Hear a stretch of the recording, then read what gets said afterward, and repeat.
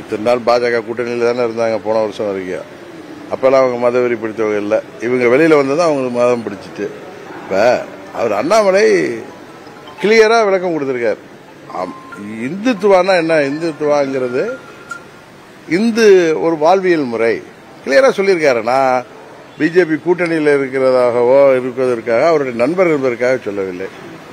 Supreme கோர்ட்ல 1995 இந்த கேள்வி வந்து இந்துத்துவான்னா என்னன்னு டெபினேஷன் கேன்றப்ப அவங்க கிளியரா சொல்லியிருக்காங்க. சுப்ரீம் கோர்ட் தீர்ப்பு நீதிமன்றமே வந்து இந்துத்துவாங்கிறது ஒரு வாழ்வியல் முறை. இன்னொன்று இந்துத்துவாங்கிறது எல்லா ஒரு வாழ்வியல் முறையில எல்லா மதங்களையும் அரவணைத்து செல்வதுதான் இந்து மதத்தின் அடிநாதம். அதை அவர் கிளியரா சொல்றாரு. அதே மாதிரி 84 அம்மா வந்து 370 காஷ்மீருக்கு வேண்டாம் அதை எடுக்கணும்னு சொல்லி 84 அம்மா ராஜ்யசபா எம்பியா இருந்தப்ப புரட்சித் தலைவர் காலத்திலே பேசியதையும் அவர் எவிடன்ஸோட சொல்றாரு. அதுபோல அம்மா அவர்கள் ராமர் கோயில் கட்டுவதற்கு ஆதரவாக இருந்தார்கள். இந்தியாவில் கட்டாம போய் பாகிஸ்தான்ல கட்ட முடியும்னு அம்மா கேட்டாங்க. எல்லாவற்றிற்கும் மீறி அம்மா தெய்வ பக்தி இருக்கவர்கள், அவர்கள் பிறந்த மதத்தின் மீது நம்பிக்கை உள்ளவர்கள். நான் திரும்ப சொல்றேன், தான் பிறந்த மதத்தின் மீது நம்பிக்கை உள்ளவர்களா மற்ற மதத்தையும் மதிக்க தெரியும்.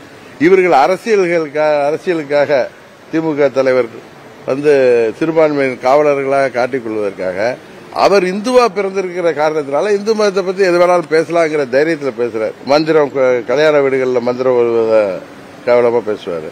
ஆனா அவங்க வீட்டு பெண்கள்லாம் யாகம் பண்றாங்க, திருப்பதி கோயிலுக்கு போறாங்க, எல்லா கோயிலும் போய் அங்க பிரதட்சணம் செய்யறாங்க.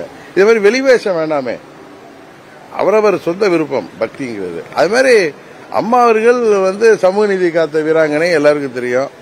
இன்னொன்னு சொல்ல போனா திராவிடம் அப்படிங்கிறது பார்ப்பனிய எதிர்ப்புக்காக உருவான இயக்கம், கடவுள் மறுப்பு இயக்கம். ஆனா அந்த இயக்கத்தில், அந்த திராவிட இயக்கத்தில் 30 ஆண்டுகள் பிராமணரான அம்மா அவர்கள் மாபெரும் தலைவராக 30 ஆண்டுகள் செயல்பட்டு 16 ஆண்டுகளுக்கு மேல் முதல்வராக இருந்து தமிழ்நாட்டு மக்களுக்கு, ஏழை எளிய மக்களுக்கு ஜாதி மத பேதமின்றி செயல்பட்டார்கள். அதான உண்மை. அதே மாதிரி பரிணாம வளர்ச்சி திராவிடம்னு சொல்ற இடத்துல பிராமண எதிர்ப்பு, கடவுள் மறுப்புங்கிறதெல்லாம் தாண்டி திராவிட கட்சியில ஒரு பிராமண பெண்மணிய 30 ஆண்டுகள் தலைமை பொறுப்புக்கே வந்துட்டாங்க. அதுக்கப்புறம் இவங்க பேசுறதெல்லாம் என்னன்னா எனக்கு தெரியல.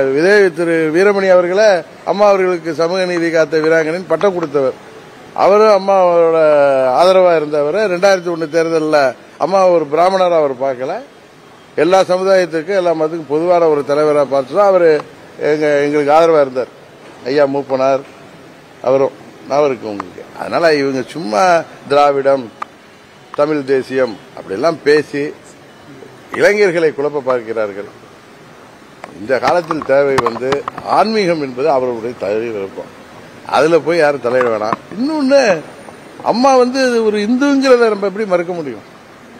அதை வந்து அவர் திரு அண்ணாமலை அம்மா வந்து இந்து மதத்திற்கு செய்த இந்துவாக அவர் செயல்பட்டதை அவர் பெருமையா சொல்றாரு.